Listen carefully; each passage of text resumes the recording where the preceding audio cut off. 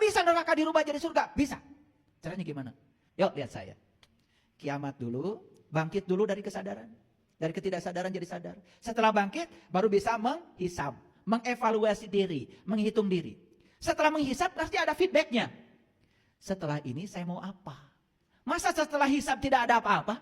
Betul nggak? Maka berikutnya apa? Saya mau tinggal di surga atau di neraka? Ya terserah saya. Maka di Quran dikatakan surga dan neraka itu adalah tempat di mana bumi dan langit masih ada. Bahkan di Quran dikatakan surga dan neraka itu adalah tempat di mana kamu masih bernafas. Itu dinyatakan dalam Quran surat Hud ayat 106 sampai 108. Yuk, sekarang kita lihat. Pernah kita terbakar marah oleh orang lain? Ada orang marah sama kita, berarti dia sedang dibakar api neraka. Apinya terpercik kepada kita, kita ikut marah, berarti kita terbakar juga. Pernah atau sering? Tuh. Jadi neraka itu sudah kerasa sama kita. Terasa nggak kalau marah seperti apa enaknya? Gak enak kan? Makanya orang marah itu paling jelek di dunia. Mata melotot, kata-kata yang keluar juga menjijikkan. Ya, kebun binatang pada keluar, napas pendek, betul nggak? Jantung bergetar. Coba, apa enaknya? Apa kita masih tidak yakin kalau itu neraka? Kita terpancing marah oleh kemarahan orang lain, kita sudah menciptakan neraka bagi kita sendiri. Apa bisa neraka dirubah jadi surga? Bisa. Caranya gimana? Pandang orang lain itu sebagai guru kita. Pandang dia sebagai mitra kita. Ya Allah, kalau dia dihadirkan kepadaku hari ini untuk meningkatkan kesabaranku, jadikan dia sebagai guruku untuk meningkatkan kesabaranku. Malah tidak marah. Surga apa neraka? Surga. Terasa sekarang? Kiamat dulu, baru dibangkitkan, baru hisab, baru surga, baru neraka. Itu pilihan kita. Ngerti sampai sini? Ini pragmatisnya seperti itu. Saya tidak berbicara yang itu, ya. Saya berbicara yang hakikat saja, yang bisa diimplementasikan dalam hidup kita saat ini, yang bisa membahagiakan kita. Karena ilmu itu syaratnya satu, harus pragmatis, harus punya nilai manfaat. Lanjut. Pernah nggak dengar kalimat innalillahi wa inna ilaihi rajiun? Pernah? Sering kan? Innalillah, sesungguhnya kita berasal dari Allah, wa inna ilaihi rajiun, dan kita akan kembali kepada Allah kalau kita tahu cara kembalinya. Jadi sebetulnya innalillahi wa inna ilaihi rajiun itu bukan doa untuk orang mati, tetapi doa supaya kita bisa mati, sadar kita berasal dari Allah dan kita harus kembali kepada Allah. Dari Allahnya nggak usah dipikirkan, itu otomatis, tapi kembali kepada Allahnya itu tanggung jawab kita. Mau kembali kepada Allah atau tidak kembali kepada Allah, itu tanggung jawabmu. Pertanyaannya, gimana caranya supaya kita bisa kembali kepada Allah? Kan gitu. Betul nggak? Harus tahu jalannya. Oke, lanjut dulu. Jadi bertemu Allah dulu, mati dulu. Selama ini kita dapat dari orang secara letter luck, mati dulu, baru bertemu dengan Allah. Kalimat itu benar apa salah? Bisa benar, bisa salah. Kalau salah memahaminya jadi salah. Betul, saya setuju. Mati dulu, baru kita akan jumpa dengan Allah. Tapi mati yang mana? Nabi Muhammad bilang, mut anta qabla mut. Matilah kamu sebelum kamu mati. Nah, Nabi Muhammad bicara begitu, leluhur kita di Nusantara sudah bicara jauh sebelum Nabi Muhammad bicara itu. Leluhur kita di Nusantara bilangnya apa?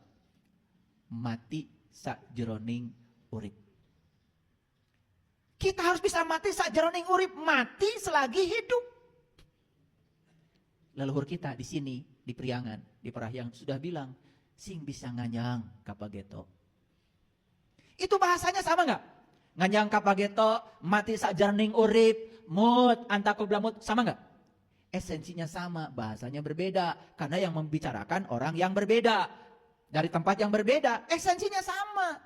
Jadi benar kalimat itu, mati dulu, baru jumpa dengan Allah. Tapi mati yang dimaksud bukan mati beneran, mati selagi hidup. Gimana ayatnya? Nah, saya kasih ayatnya. Pernah dengar nggak? Ada Quran yang bicara begini. Kullu nafsin zaikatul maut. Pernah dengar? Sering banget kalian dengar ayat itu. Biasanya kalau ada orang yang memberikan khutbah untuk orang yang meninggal, pasti ayat itu yang keluar kan? Itu Quran surat Al-Ankabut ayat 57. Saya kasih tahu ya nanti. Lihat Al-Ankabut surat 29 ayat 57. Saya bacakan. Kullu nafsin zaikatul maut. Yuk kita belajar bahasa Arab. Kullu setiap nafs diri.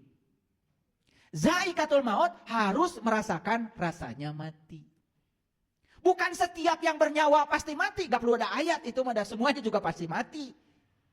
Paham? Ulangi. Kullu nafsin zaikatul maut. Setiap diri harus merasakan rasanya mati. Pertanyaan saya, merasakan rasanya mati setelah mati atau lagi hidup? Ulangi, jawab. Lagi hidup. Kalau kau sudah mati kan tidak bisa merasakan rasanya mati. Merasakan rasanya mati berarti masih hidup. Jadi ayat ini menguatkan kata-kata Nabi yang tadi. Mut anta qabla mut. Menguatkan kata leluhur kita, mati sajroning urip. Menguatkan kata-kata leluhur kita, nganjang kapageto. Diperkuat oleh Quran. Kullu nafsin zaikatul maut. Ulangi. Setiap diri harus merasakan rasanya mati. Kapan merasanya rasa mati? Selagi hidup. Berarti itu adalah mati selagi hidup. Sekarang saya tanya lagi, pintar enggak? Orang mati mendengar tidak? Tidak. Orang mati bicara tidak? Tidak. Orang mati bernapas tidak? Tidak. Orang mati melihat tidak? Tidak. Ada berapa tuh yang mati? Ada berapa? Tidak mendengar. Ayo perhatikan saya, ini ilmu mahal. Tidak mendengar, tidak melihat, tidak bernafas, tidak bicara. Setuju? Itu orang mati. Waktu kita di rahim ibu, waktu ada di alam mas kumambang, berenang dalam lautan ketuban. Mendengar nggak kita? Tidak, disumbat sama ketuban. Melihat kita? Tidak, disumbat oleh ketuban. Bernapas kita? Tidak, disumbat oleh ketuban. Bicara kita? Tidak, disumbat oleh ketuban. Berarti saat kita di rahim ibu, mati apa hidup? Mati, tetapi hidup. Itu yang namanya mati sajroning urip. Jadi sebetulnya saat kita di rahim ibu, kita pun sudah mengalami mati sajroning urip itu. Cuman kita nggak sadar. Paham sampai sini? Waktu kita mengalami mati sajroning urip di rahim ibu, kita ditanya oleh Allah, aku ini Tuhanmu. Bisa jawab nggak kita? Bisa. Berarti saat kita tidak mendengar, tidak melihat, tidak bernapas, tidak bicara, berarti ada yang melihat dalam diri kita. Itu yang disebut dengan basyirah. Maka Quran mengatakan, laqad ja'akum basyairum mir rabbikum. Sesungguhnya pada diri kalian semua sudah aku kasih basyirah. Itu penglihatan kolbu. Waman absyara falinafsi. Siapa yang bisa menggunakan penglihatan itu, maka dia akan beruntung kehidupannya. Waman amiya fa'alaiha. Dan siapa yang sampai hari ini tidak bisa menggunakan penglihatan itu, rugi bagi dirinya.